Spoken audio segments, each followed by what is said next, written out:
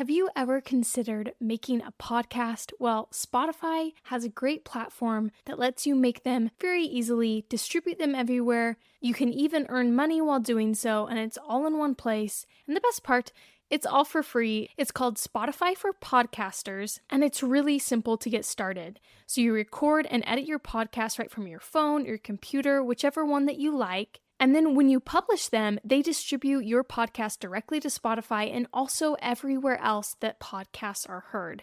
You can do video podcasts, you can interact with your audience with Q&As and polls. And once they're up and running, like I mentioned before, you can even earn money through your podcast in a variety of ways through things like ads and podcast subscriptions. And of course, it's totally free to use. There is no catch. When I started Plant School, I used Spotify for Podcasters, and I continue to use it because I love it. It's super easy to use, and it gives me everything that I need as a podcaster. So if you have ever wanted to start your own podcast, I highly recommend that you try out Spotify for Podcasters. You can download the app or go to www.spotify.com/podcasters to get started. Welcome to the Plant School podcast. I'm Rachel, and here we learn about plants, how to care for them, how they work, and I keep it simple and taught in a way that anyone from beginner to expert can enjoy. Join me in Plant School. Welcome to today's episode, which is episode 61, How to Save a Dying Plant. I feel like this is an episode that I have been putting off for a little bit. I get this question a lot just because it's such a common one. We all deal with this at some point where a plant is dying and we're wondering what to do with it. So today I'm going to go through everything that you need to know and how to rescue a dying plant, kind of when you should give up on one.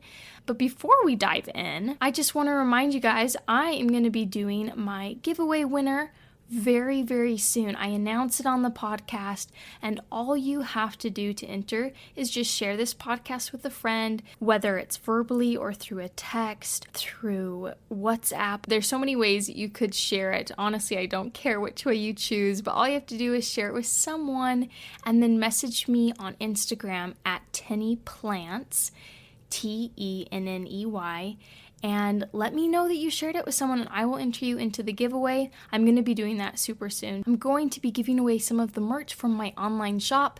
I just revamped all my designs and I'm very, very proud of them. So if you guys have a second, look at them because I think they are dope and it would be awesome if you could win them for free. So why not tell someone, message me on Instagram and I will get you entered in and you could get the chance to win some merch from my shop for free. Anyways, I just had to put that plug in because I want as many people as possible to be entered in for this chance. And also, my merch shop helps me run this podcast. And I really appreciate any support that you guys can give. And in return, you can get some really cool stuff when you buy something. Okay, so enough about my giveaway and merch store. Let's get on to how to save a dying plant. Before I dive into this, how to save one, we first need to know what are the most common causes of plant death. We need to understand that before we know how to fix it. So number one on my list and number one as it happens the most is overwatering. The signs of overwatering, they vary, but in general, this is what's going to happen. Your leaves will start to turn yellow, your soil is going to be moist, and you may start to see fungal growth on the soil or on the pot. This is especially common for fungus to grow on the pot if it's like a terracotta pot.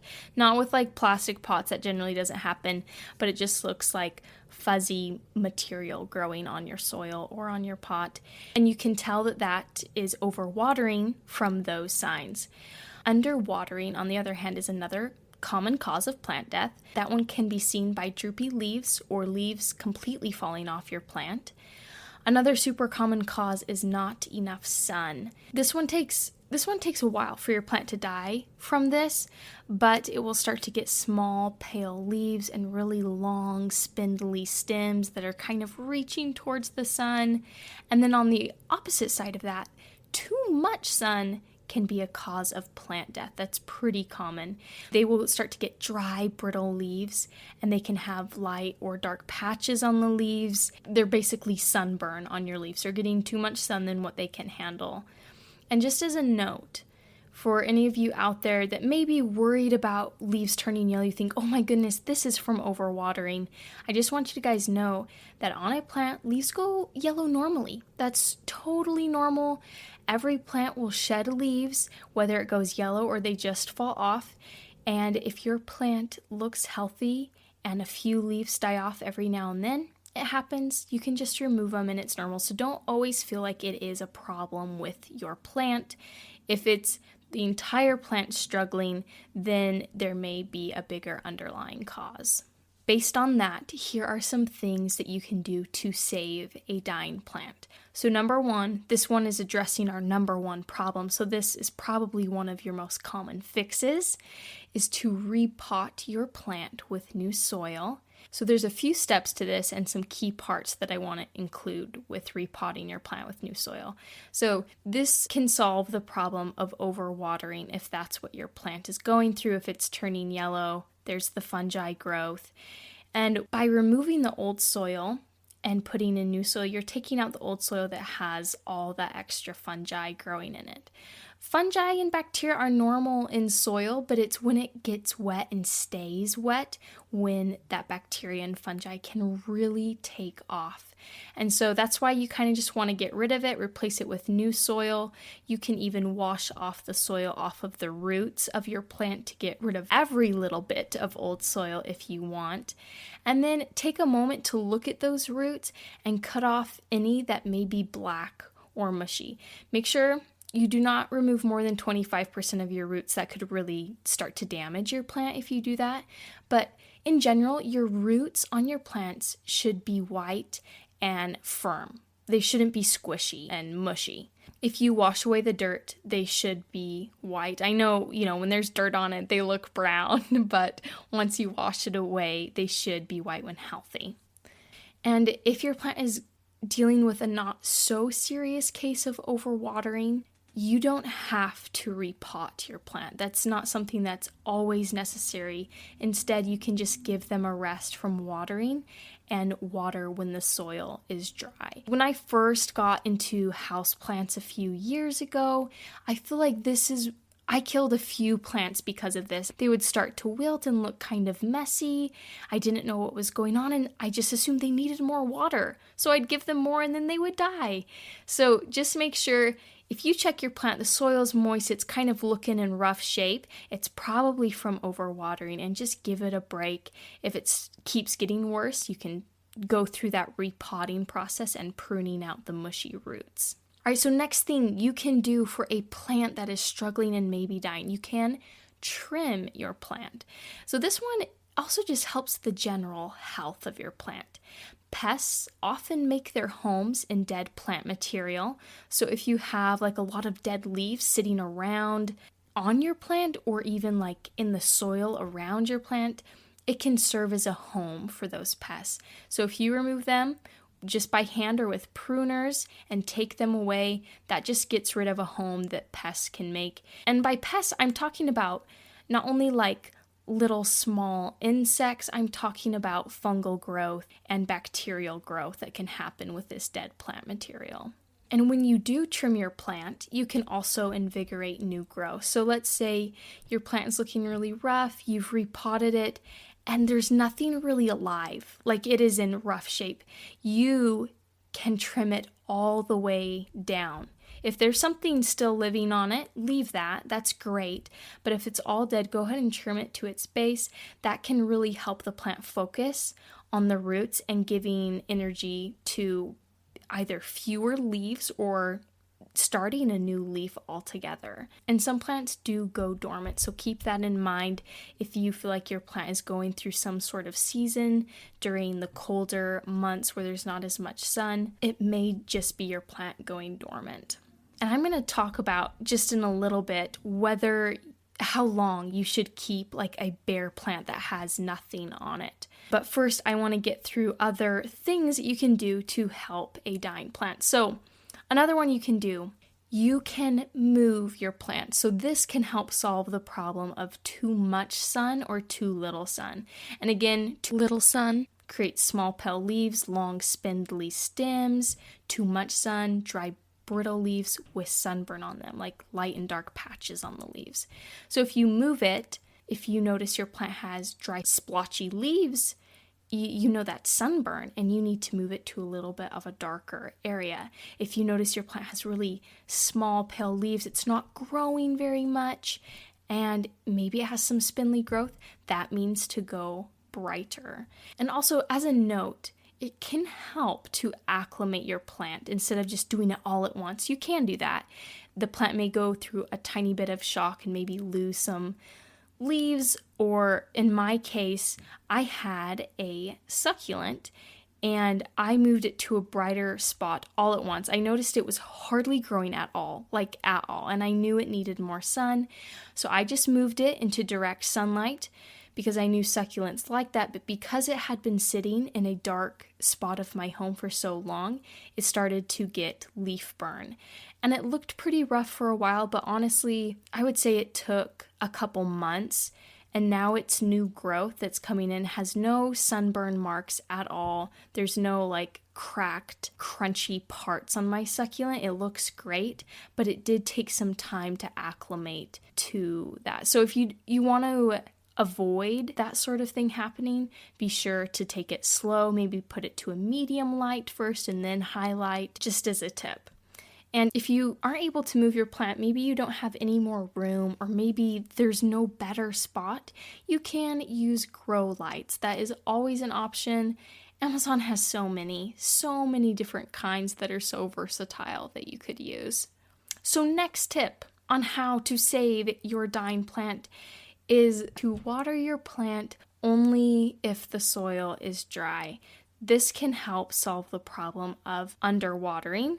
If you're someone who forgets to water your plant and your soil becomes extremely dry and maybe it gets really wilted, this can really help to just soak your plant. Soak it, make sure it has drainage holes so there's not sitting water in it that's going to cause overwatering problems.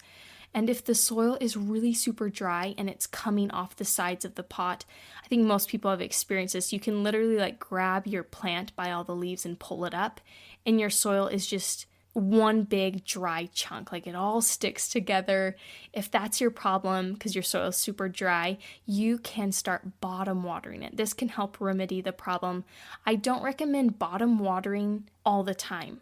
And I talked about this in one of my episodes. It was episode 42, different ways to water your houseplant. And I kind of talk about top watering versus bottom watering. But bottom watering is a great way to rehydrate plants that have been underwatered. The soil is super dry, or your plant is wilted and it just needs a pick-me-up.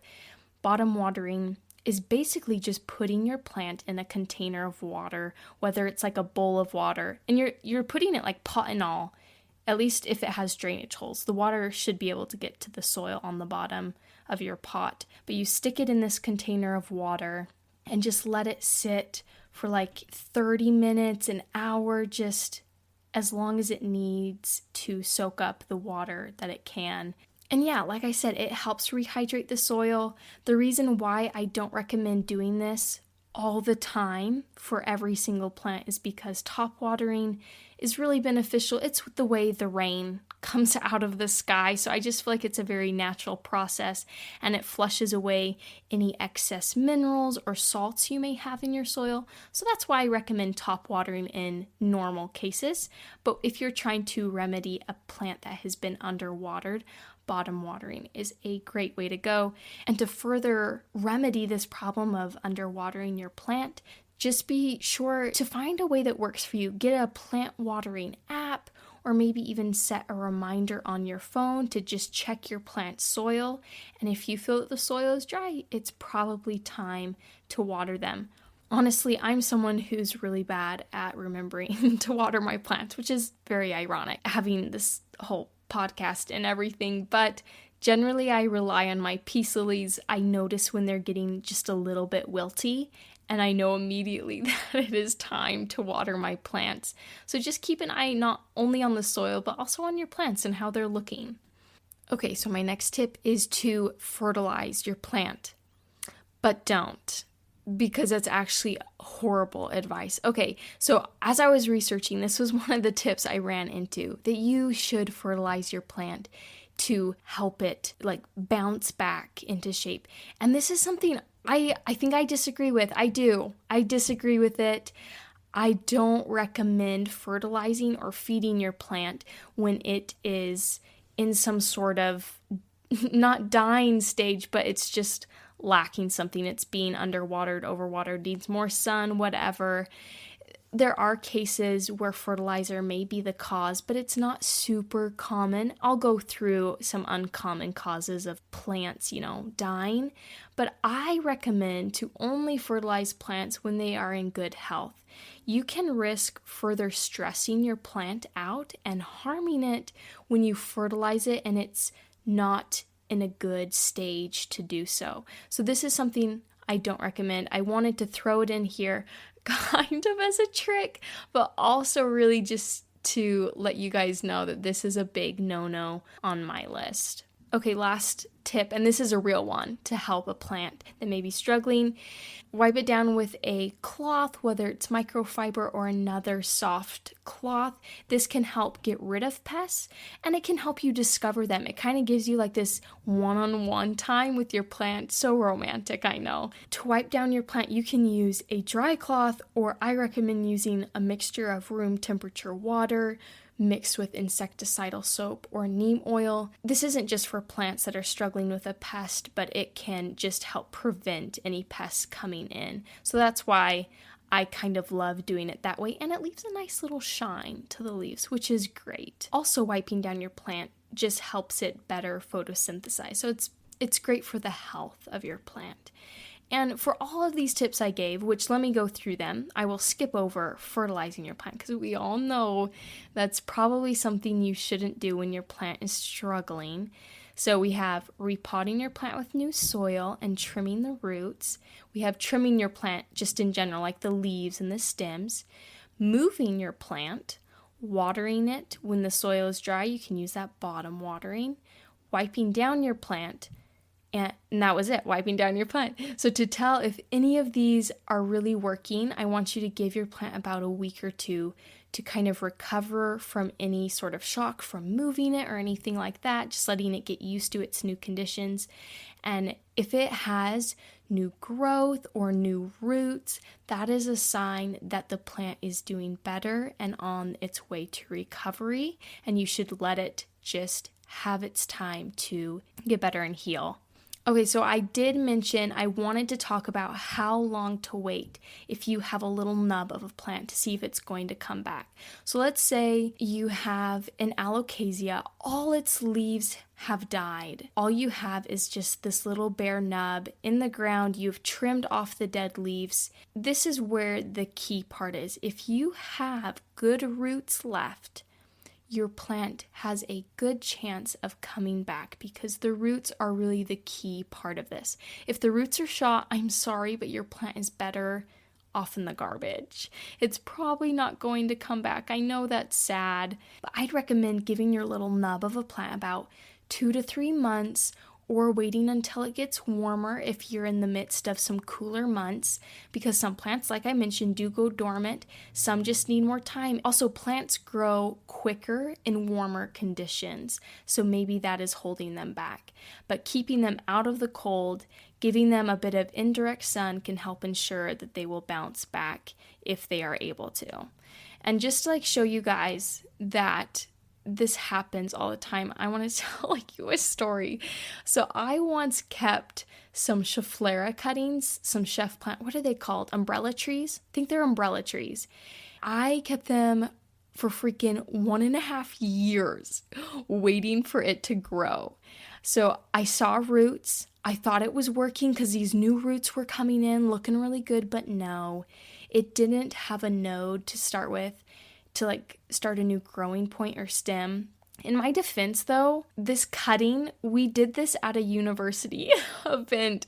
It was like this ladies in landscaping. We were doing cuttings and propagating plants at the end of like this event. Just, I don't know, just as kind of just like a fun activity to do all together and to make new connections with some of the professionals that were there.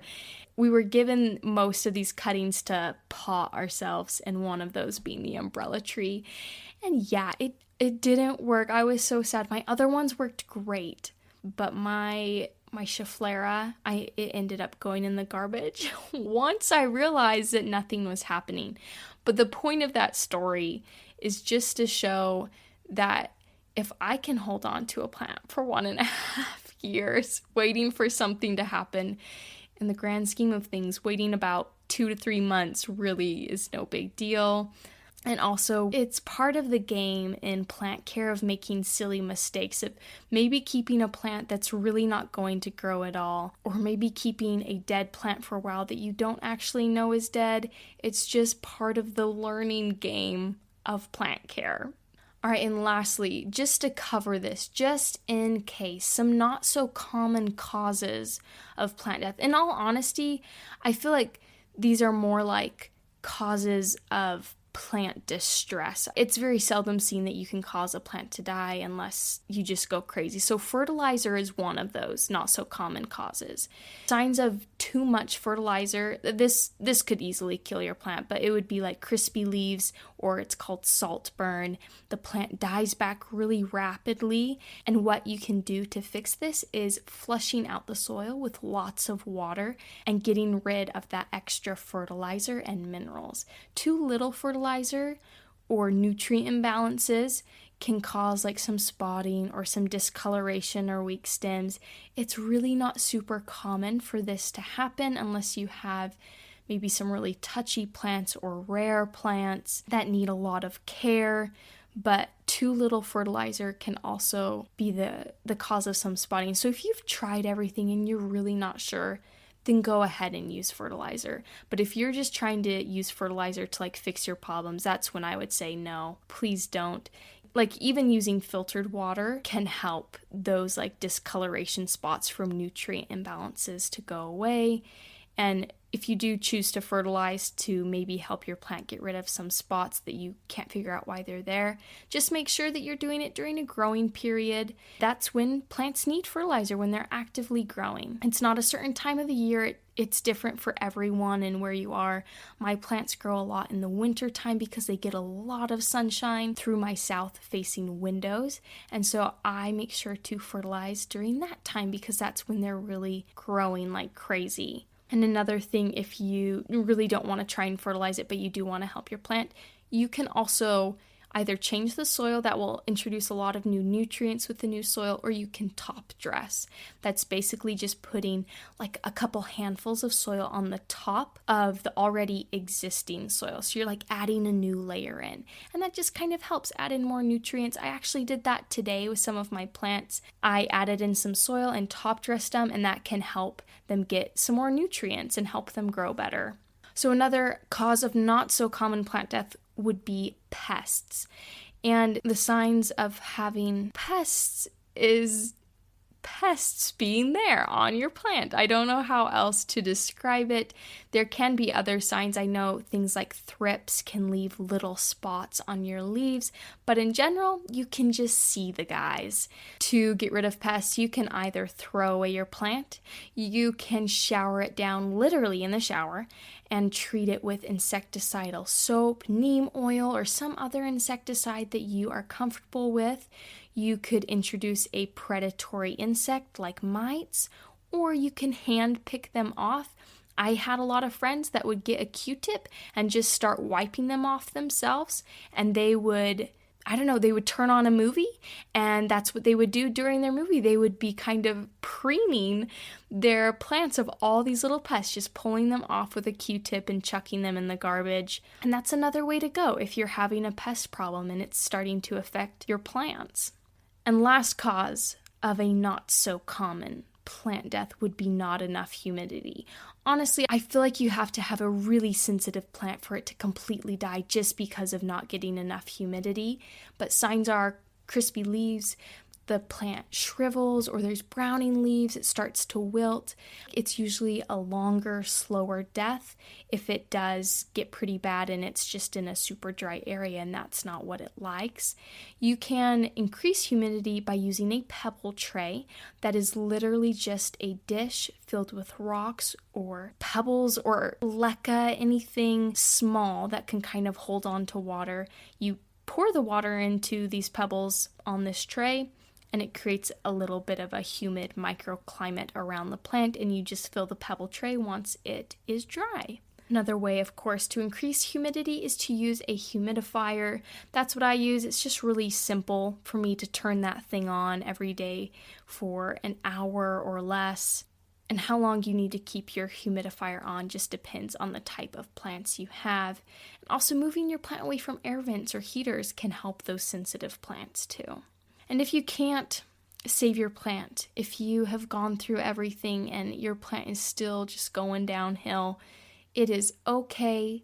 Give it a kiss, unless it has pests. That would be gross. Don't kiss a plant full of pests. You can compost it by sticking it directly into your garden and letting the soil and all those microbes do the work, or you could put it into your compost bin and break it down from there. But that's the beauty of plant material. You can just recycle it and it will create really nutritious soil. Is that what you would say? Nutritious soil? That sounds like you're going to eat it. Nutrient-rich soil. That's probably the better way to say it, let's be honest. Anyways, I hope this was helpful to you guys, because this is honestly such a common thing we all deal with houseplants or even plants outside. And by going through these steps, figuring out what your problem is, and then deciding on what steps to take from there can really help your plant bounce back and last many long years. Thank you guys so much for listening today. Again, if you haven't entered that giveaway, go ahead and share this podcast with someone. Message me on Instagram at tinnyplants and I will get you entered in, because I'm really excited about giving this stuff away. Anyways, thank you guys so much for listening, and I will catch you guys next week.